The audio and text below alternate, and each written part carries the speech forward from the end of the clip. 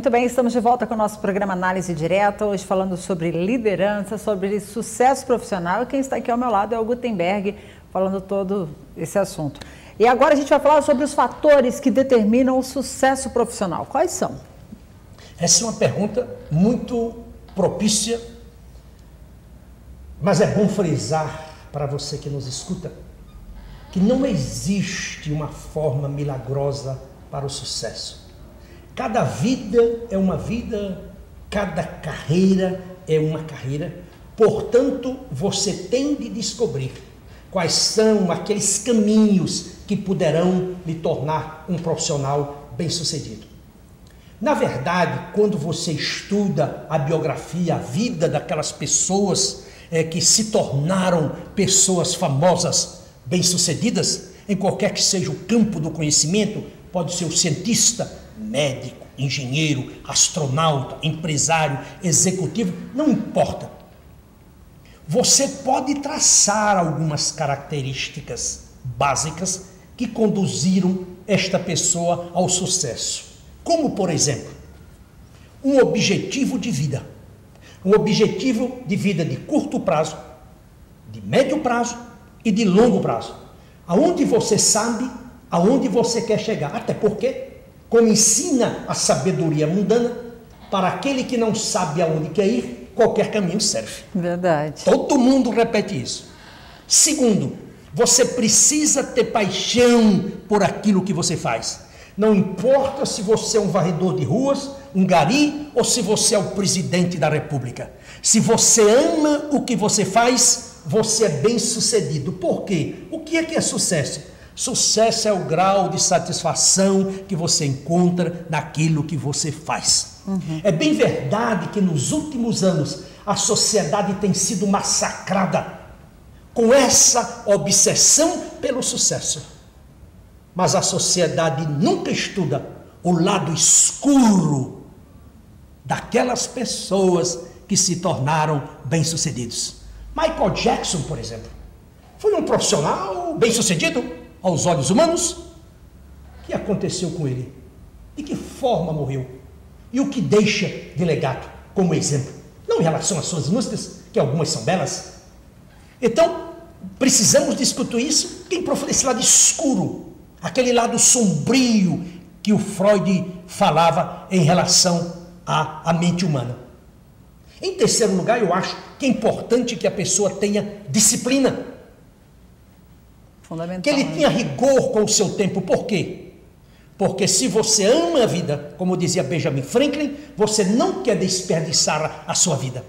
Você tem 24 horas, eu tenho 24 horas, o presidente dos Estados Unidos tem 24 horas, Bill Gates tem 24 horas, Antônio Hermílio de Moraes, o grande empresário do país, um dos maiores da América Latina, também tem 24 horas. Onde está a diferença? Na maneira como você administra o seu tempo. Verdade. Até porque a orientação é: não desperdice o seu tempo, como já disse anteriormente. Uma outra coisa que é fundamental, eu acho, manter-se atualizado sobre o que acontece ao seu redor, ao redor do mundo. E essa é uma tarefa extremamente gigantesca, porque a impressão das informações, a pressão das informações sobre todos nós é de tamanha magnitude que, se você não tiver sabedoria para extrair aquela que vai favorecer a sua carreira, o seu negócio, você fica doido e você não vai chegar a lugar nenhum. Fica para trás. Uma outra coisa que eu acho extremamente importante para o sucesso é a capacidade de se comunicar. Verbalizar as suas ideias, os seus conceitos com inteligência, com profundidade, de maneira persuasiva. Uma outra coisa que eu acho ainda também extremamente importante é você saber balancear a sua vida. Encontrar na sua vida um horário para o seu lazer, para o exercício, para ouvir uma boa música, para ir a um bom teatro, para ir a um bom cinema, para frequentar uma boa livraria. Segundo, encontrar tempo para você alimentar a sua mente, estudar, ler, conversar com os sábios, como eu ensino no meu livro O Princípio da Sabedoria. Terceiro, manter um equilíbrio emocional, saber conviver com as suas quedas, mas também com a glória, com a raiva, com o ódio e com esses sentimentos que muitas vezes nos atrapalham. E existe uma outra coisa que eu vou usar aqui, que talvez para muitas pessoas possa ser uma aberração, mas eu digo que uma das coisas mais importantes da vida é você cultivar as coisas do Espírito.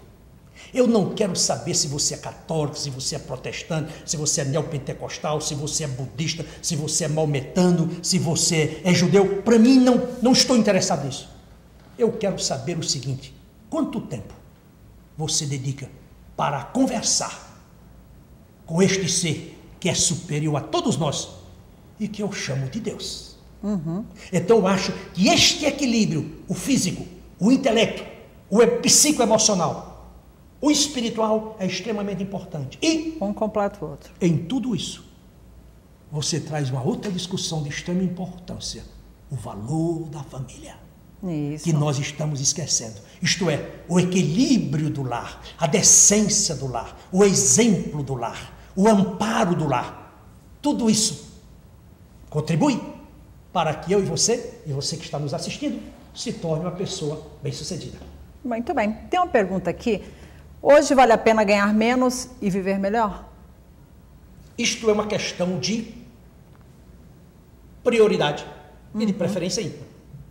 A única coisa que eu posso dizer é: não seja o escravo do salário. Não seja o escravo do seu trabalho. Pelo contrário, sublime o seu trabalho por meio de realizações sérias, éticas e que beneficiem a sociedade como um todo. Dinheiro numa carreira de sucesso é o último item a ser avaliado, por incrível que pareça. Primeiro você faz o seu trabalho com excelência e, naturalmente, o reconhecimento virá depois. Não estou dizendo que as pessoas trabalhem de graça. Não, você tem de ganhar pelo seu trabalho. Qualquer que seja o trabalho, mental, intelectual, não importa. Mas essa deve ser a última consideração a fazer quando você discute sobre o sucesso de uma carreira. Algumas vezes é recomendável que você dê um passo para trás para que você possa alavancar a sua carreira. Isso pode até entrar na discussão do seu salário. O importante é o que eu quero da vida. Então, aproveitando esse gancho, vale a pena trocar uma função sem destaque numa grande empresa por um cargo de chefia numa empresa pequena? Se for o objetivo dele, eu diria que sim. É bem verdade que muitas vezes o mercado, quando olha para um profissional que estava em cima e ele desce, geralmente o mercado olha com desconfiança e diz que ele é uma pessoa despreparada e que não deu conta do recado. Nem sempre é isso. Há pessoas que não querem ser presidentes, há pessoas que não querem ser diretores, as pessoas que não querem ser gerentes. Mas a mensagem que eu mando para você, se você está nessa situação, é a seguinte: se você deseja permanecer numa posição inferior, de supervisão ou qualquer uma outra dentro da organização, lembre-se, você não pode ficar repetindo a mesma nota. Você tem de apresentar uma novidade todos os dias no seu trabalho, qualquer que seja a sua situação. Caso contrário, você vai se transformar em um pato manso, gordo e incapaz de voar. E aí você vai ser abatido em pleno voo. Muito bem, peguei uma frase aqui também, né, que você mandou pra gente do release: nenhuma empresa é obrigada a carregar um peso morto. É isso mesmo. É esse pato gordo ao que me referi.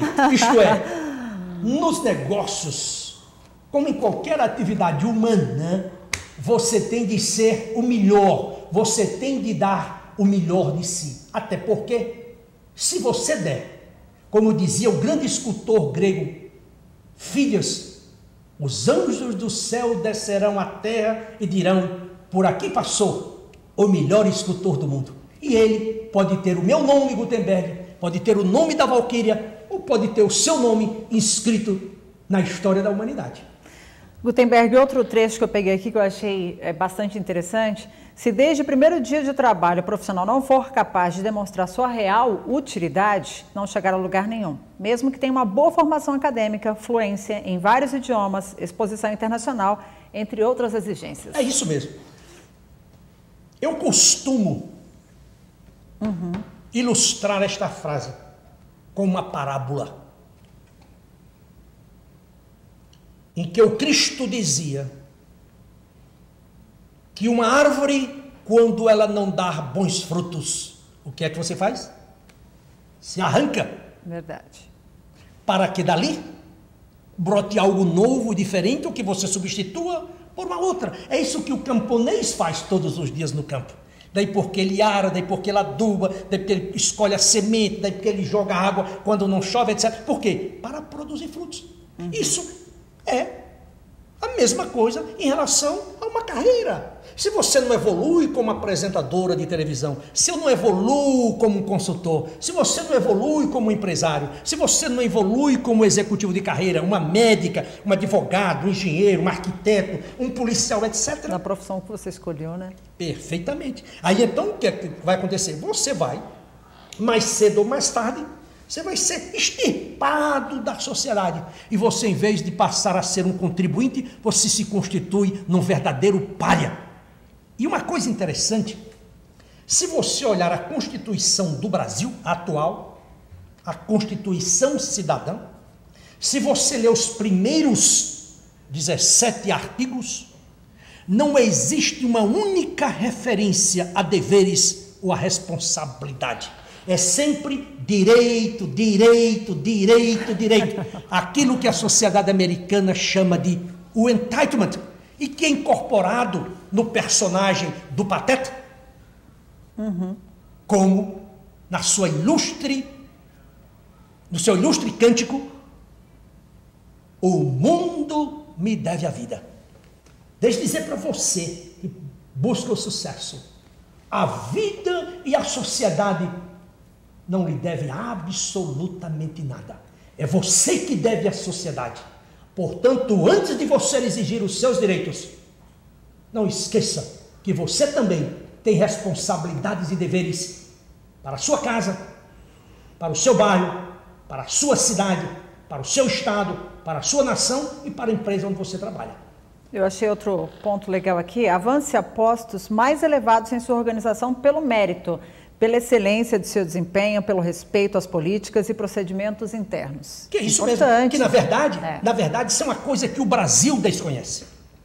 O Brasil, ou o brasileiro de um modo geral, ele tem verdadeiro nojo à meritocracia. Ele prefere ser uma espécie de lampreia que se entranha no organismo humano ou do Estado para se beneficiar. E ele não valoriza o mérito. Isso é tão verdade que o Dr. Rui Barbosa dizia da seguinte forma isso: na Inglaterra procura-se os homens para os cargos. No Brasil nós procuramos os cargos para os homens. Na Inglaterra, o homem certo no lugar certo. No Brasil, o homem errado no lugar errado. Poxa vida!